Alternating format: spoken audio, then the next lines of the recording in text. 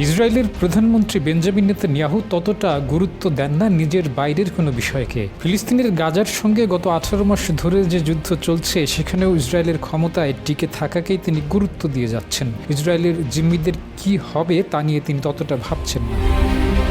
ইসরায়েলের গোয়েন্দা সংস্থা মোসাদের সাবেক প্রধান ড্যানি ইয়াটম নেতানিয়াহু সম্পর্কে এসব কথা জানিয়ে আরও বলেছেন, ইসরায়েল খুব শিগগিরই খারাপ পরিস্থিতির সম্মুখীন হতে যাচ্ছে। ইয়াটম জানান, তার কাছে মনে হয়েছে ইসরায়েল ভুল গন্তব্যের দিকে এগিয়ে যাচ্ছে।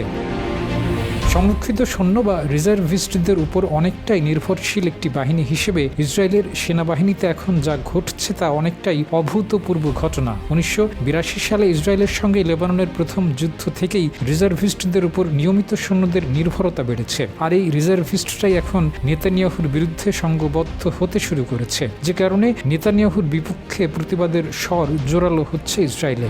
বাংলাদেশের প্রথম 5D AI ইনভার্টার যুক্ত সর্বোচ্চ বিদ্যুৎ সাশ্রয়ী যমুনা এয়ার কন্ডিশন।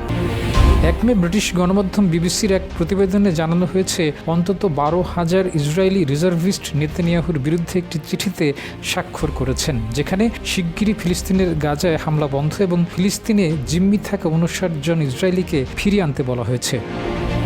2023 সালের 7 অক্টোবরের হামাসের হামলায় নিহত হয় অন্তত 1200 ইসরায়েলি নাগরিক। সে সময় ইসরায়েল থেকে 252 জনকে জিম্মি করে গাজায় নিয়ে যাওয়া হয়। এরপর থেকে ইসরায়েলের হামলায় 52,400 ফিলিস্তিনি নিহত হয়েছেন। 7 অক্টোবরের হামলার পর হাজার হাজার রিজার্ভ সৈন্য যুদ্ধ করতে আগ্রহী থাকলেও এখন রিজার্ভ সৈন্যরাই যুদ্ধ করতে অস্বীকৃতি জানাচ্ছেন। একটি প্রতিবেদনে দেখা গেছে, যুদ্ধ না করতে চাওয়া রিজার্ভিস্টদের সংখ্যা এখন 50 থেকে 60%। ইসরায়েলের গাজা যুদ্ধের বিরুদ্ধে গত এপ্রিলে প্রথম উন্নত অবস্থান নিতে দেখা যায় দেশটির বিমান বাহিনীর 1000 সংরক্ষিত ও অবসরপ্রাপ্ত সৈন্যকে। ওই সৈন্যরা মনে করছেন চলমান যুদ্ধ থেকে পাওয়ার কিছু নেই এবং অবশিষ্ট জিম্মিদের মৃত্যুর দিকেই নিয়ে যেতে পারে এ যুদ্ধ। গাজাতে এখনও 24 জিম্মি জীবিত আছে বলে ধারণা করা হচ্ছে।